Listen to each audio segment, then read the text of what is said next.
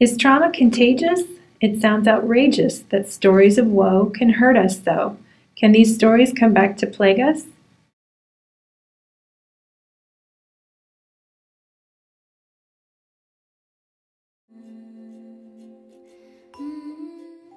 These are the experiences shared by a mental health counselor named Kathy. She loves her new job listening and counseling people who are suffering from trauma. She sees quite a few clients every day, but Kathy doesn't mind because she is young and committed to her new career. Her clients share stories that can be pretty hard to hear. She feels their pain and tries to show them that she hears them and cares about what happens to them. Secondary traumatic stress describes the unique and cumulative effects of working with survivors of traumatic life events. Anyone who engages empathetically with victims or survivors is vulnerable. It is real, it is important, and it is treatable. Mental health professionals are susceptible to STS when they treat or counsel patients with trauma diagnoses in various settings.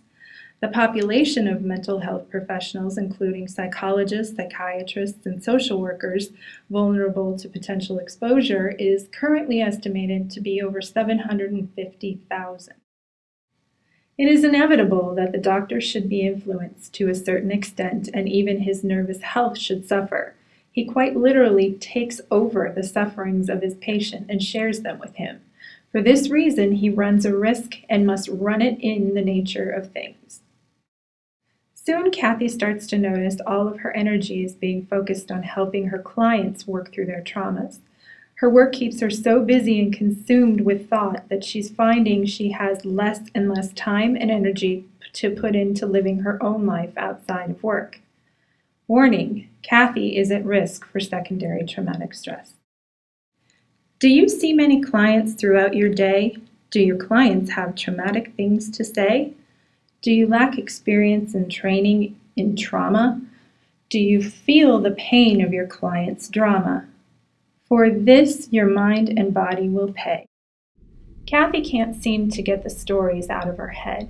She comes to work thinking she can't take in any more of these sad and awful tales. It's just too much.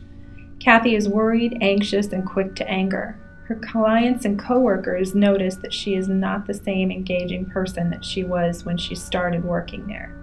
Warning: Kathy is showing signs of secondary traumatic stress. If you notice that you are experiencing any of the symptoms above like Kathy is, it might be worth your time to complete the self-care assessment sheet designed by the National Child Traumatic Stress Network. Just using one mental illness like PTSD as an example, it affects an estimated 7.7 million adults in America. With fewer than 1 million professionals to treat over 7 million people with this disorder alone, it's clear how overburdened mental health workers are. This burden represents a sizable exposure to STS. But it is important to know that STS does not have to be a lifelong affliction. Practicing self-care is a very effective tool in decreasing vulnerability to STS and minimizing the impact of psychological symptoms stemming from treating patients experiencing trauma.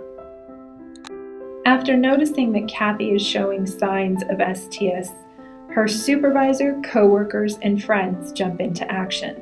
Her supervisor changes Kathy's caseload, adjusts her schedule to include time for self-care, and gives her a referral for workplace counseling. An experienced coworker mentors her, and Kathy's friends set up fun nights and exercise dates.